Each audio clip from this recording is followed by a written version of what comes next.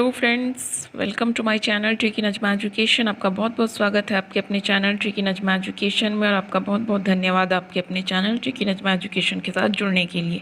इस वीडियो में हम डिस्कस करेंगे सीटेट एग्ज़ाम के लिए, जो आपका सीटेट एग्ज़ाम 2022 में होने वाला है। स्पेशल सीरीज़ के तहत सीडीपी के टॉप क्वेश्चनों को, जो आपके आने वाले एग्ज़ाम में बहुत ही ज़्यादा इंपॉर्टेंट रहने वाले हैं। आइए बिना लेट किए, बिना टाइम वेस्ट किए हम स्टार्ट करते हैं। फर्स्ट क्वेश्चन आपकी स्क्रीन पर, बच्चे की बुद्धि लब्धि 90 से 110 के मध्य है, वह क्या कहलाएगा? उसको आप किस कैटेगरी में रखेंगे? तो 90 से जो हमारी 110 के बीच में होती है उसको हम एवरेज मानते हैं। क्या मानते हैं? एवरेज में आता है हमारा, औसत बुद्धि में आ जाता है। ठीक है, option A will be right answer हो जाएगा। अगला क्वेश्चन देख लेते हैं। क्वेश्चन नंबर 2 है, बच्चों के लिए निःशुल्क अनिवार्य शिक्षा का अधिकार अधिनियम कितने बच्चे के वर्ष के लिए, कितने वर्ष के बच्चों के लिए लागू होता है? इससे हमारे 2-3 क्वेश्चन बनेंगे। सबसे पहले देख लेते हैं, निःशुल्क अनिवार्य शिक्षा का जो अधिकार अधिनियम था, पहले हमारा था डीपीएसपी में। डीपीएसपी में इसका मतलब क्या है? DPSP directive principle of state policy के आर्टिकल किस में था हमारा? अगर आर्टिकल की बात करें तो आर्टिकल हमारा 45 हो जाएगा। लेकिन गवर्नमेंट ने इसे फंडामेंटल राइट के तहत 86वां संविधान संशोधन करके 86वां संविधान संशोधन 2002 में इसको 2002 में इसको फंडामेंटल राइट बना दिया है। ठीक है, फंडामेंटल राइट बना दिया है। तो पहले हमारा आर्टिकल 21 था, लेकिन उसके अंतर्गत ए जोड़कर उसको क्या कर दिया है? फंडामेंटल राइट बना दिया है। क्वेश्चन कई बार पूछा है कि कौन सा संविधान संशोधन करके निःशुल्क बच्चों की निःशुल्क अनिवार्य शिक्षा का अधिनियम मौलिक अधिकार बना दिया गया है। फिलहाल इसका सही जवाब हो जाएगा 6 से 14 वर्ष। ठीक है, अगला क्वेश्चन देख लेते हैं। किस उम्र में नवजात शिशु अपनी माँ की आवाज़ को पहचानता है? क्वेश्चन 2 तरीके से पूछा जाएगा। किस उम्र में बच्चा अपनी नवजात बच्चा अपनी माँ को पहचानता है, उसकी आवाज़ को पहचानता है? तो 3 महीने का बच्चा अपनी माँ है उसकी आवाज़ को पहचानने लगता है। अगला क्वेश्चन है, अधिगम तत्परता की उपेक्षा के परिणाम स्वरूप क्या हो सकता है? अपेक्षा नहीं, उपेक्षा कहा गया, ध्यान से पढ़िए।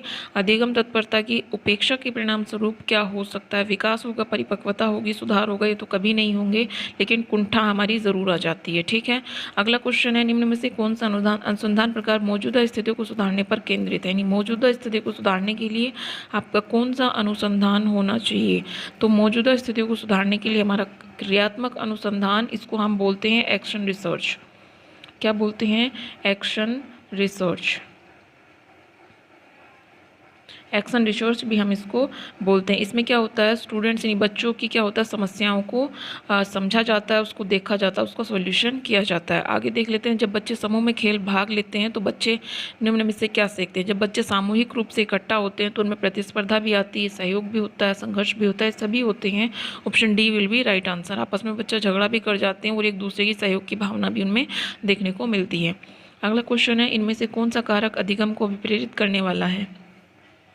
अधिगम यानी अधिगम का मतलब होता है सीखना, और अभिप्रेरित का मतलब होता है मोटिवेशन। आपको सीखने का मोटिवेशन कब मिलेगा? अपने लक्ष्यों को प्राप्ति के लिए आप क्यों सीख रहे हो? जॉब लेने के लिए आपका एक पर्पस है जॉब लेना। लक्ष्यों को प्राप्त करने पर व्यक्तिगत संतुष्टि के लिए यही कारक है जो अधिगम को अभिप्रेरित करता है। अगला क्वेश्चन है, वाइगोत्स्की ने बच्चों के अधिगम में निम्नलिखित कारकों में से किसी एक भूमिका के महत्व पर सबसे ज़्यादा जोर दिया है? सबसे पहले देख लेते हैं वाइगोत्स्की ने कौन सा सिद्धांत दिया है? तो सामाजिक सांस्कृतिक सिद्धांत दिया है। सामाजिक सांस्कृतिक सिद्धांत दिया है। एक क्वेश्चन और वाइगोत्स्की और पियाजे में आपको फंसाएगा कि एक छोटा बच्चा होता है, खुद से बातें कर रहा है, वो किसी और से नहीं, खुद से बातें कर रहा है। अकॉर्डिंग टू वाइगोत्स्की उसको क्या कहा जाएगा? तो वाइगोत्स्की ने उसको कहा है प्राइवेट स्पीच। Private speech. ठीक है, इसको हम निजी वार्ता भी बोलते हैं, खुद से वार्ता करना, निजी वार्ता अकॉर्डिंग टू वाइगोत्स्की। अगर क्वेश्चन पूछेगा यही बात कि एक छोटा बच्चा खुद से बातें कर रहा है, अकॉर्डिंग टू जीन पियाजे क्या कहा जाएगा? तो अहम केंद्रिता उन्होंने कहा है। क्या कहा है? अहम केंद्रिता, ईगोसेंट्रिज्म। ठीक है, केंद्रिता। फिलहाल इसका सही जवाब हो जाएगा वाइगोत्स्की जहाँ मिले और समाज मिले, तो वहाँ पर आपका राइट आंसर हो जाएगा समाज। अगला क्वेश्चन देख लेते हैं, बुद्धि लब्धि परीक्षण में 16 साल के एक बच्चे का स्कोर 75 है, उसकी मानसिक आयु आपको बतानी है। आपका स्कोर, आपको आईक्यू लेवल, आईक्यू निकालने का फॉर्मूला क्या होता है? MA/CA × 100। यहाँ पर क्या निकालना है आपको? MA निकालना है। ठीक है, आपकी क्या दे रखी है? 75 वर्ष, उन्होंने 75 स्कोर दे रखा है, MA आपको निकालना है। ठीक है, सी आपका 16 साल वास्तविक आयु × 100। बस इसको काट लीजिए, 75, 16 इधर आ जाएगा, बराबर क्या हो जाएगा? MA × 100, MA इंटू 100, इसको काट कूट के आपका आंसर आ जाएगा 12 साल। ठीक है, अगला क्वेश्चन देख लेते हैं। निम्न में से कौन सा विकल्प विद्यालय आधारित मूल्यांकन के आधार पर सही है? हमारा इनमें से ऐसा कौन सा विकल्प है जो मूल्यांकन के आधार पर, विद्यालय आधारित मूल्यांकन के आधार पर सही है? देखिए, सभी विद्यार्थियों के निदान के माध्यम से और अधिक जानने की मदद करना सबसे बेहतर इवैल्यूएशन हमारा होगा। सभी विद्यार्थियों के निदान का मतलब होता है डायग्नोस्टिक, किसी समस्याओं को समझना और उसको जानने के बाद उसको क्या करना, रिमेडियल करना, उसका समाधान निकालना। ठीक है, अगला क्वेश्चन है, बच्चे कैसे सीख सकते हैं? निम्नलिखित में से कौन सा विकल्प इस संबंध में सत्य है? बच्चे कई तरीके से सीखते हैं, बिल्कुल सही है। केवल बच्चा सीख सकता है, गलत है। बच्चे सीखने के लिए स्वाभाविक रूप से तत्पर होते हैं, बिल्कुल सही। बच्चे जब सीखते हैं वे संज्ञानात्मक रूप से तैयार होते हैं। कभी भी आपको केवल मिल जाए उसको, वो बिल्कुल आपका निगेटिव आंसर होता है। ठीक है, इसलिए इसका सही जवाब हो जाएगा ऑप्शन बी, क्योंकि हमसे गलत ही पूछा था। अगला क्वेश्चन है, निम्न में से कौन सा सूक्ष्म गति कौशल का उदाहरण है? इसको ध्यान से देखिए, यहाँ से बहुत सारे क्वेश्चन आते हैं। कई तरीके से क्वेश्चन आपसे एग्जामिनर पूछता है और बच्चे गलत कर देते हैं।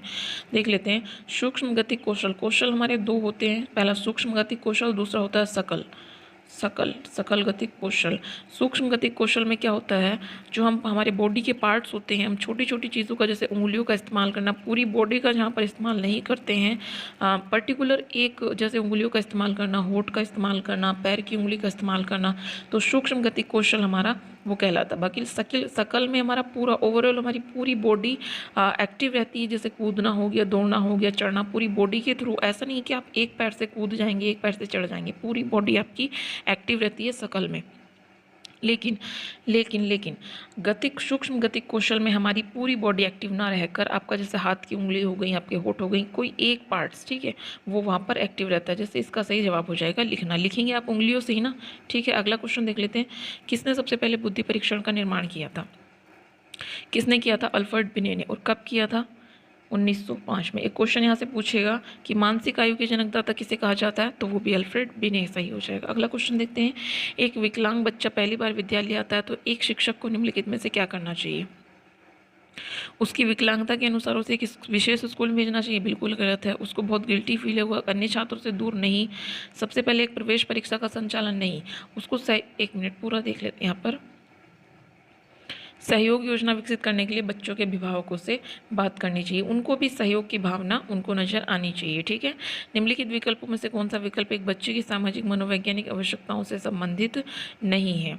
संगति की आवश्यकता, प्रशंसा या समाज, भावात्मक सुरक्षा, ये सारी क्या है? मनोवैज्ञानिक आपकी नीड है यहाँ पर। लेकिन नियमित रूप से शरीर से अपशिष्ट पदार्थों का बाहर निकालना, ये आपका फिजिकल नीड में आता है। ठीक है, किस में आ जाएगा? फिजिकल नीड में आ जाएगा। Option D will be right answer हो जाएगा। यहाँ पर पूछा आपका मनोवैज्ञानिक नीड, लेकिन ये क्या है? हमारी फिजिकल नीड है। ठीक है, अगला क्वेश्चन है।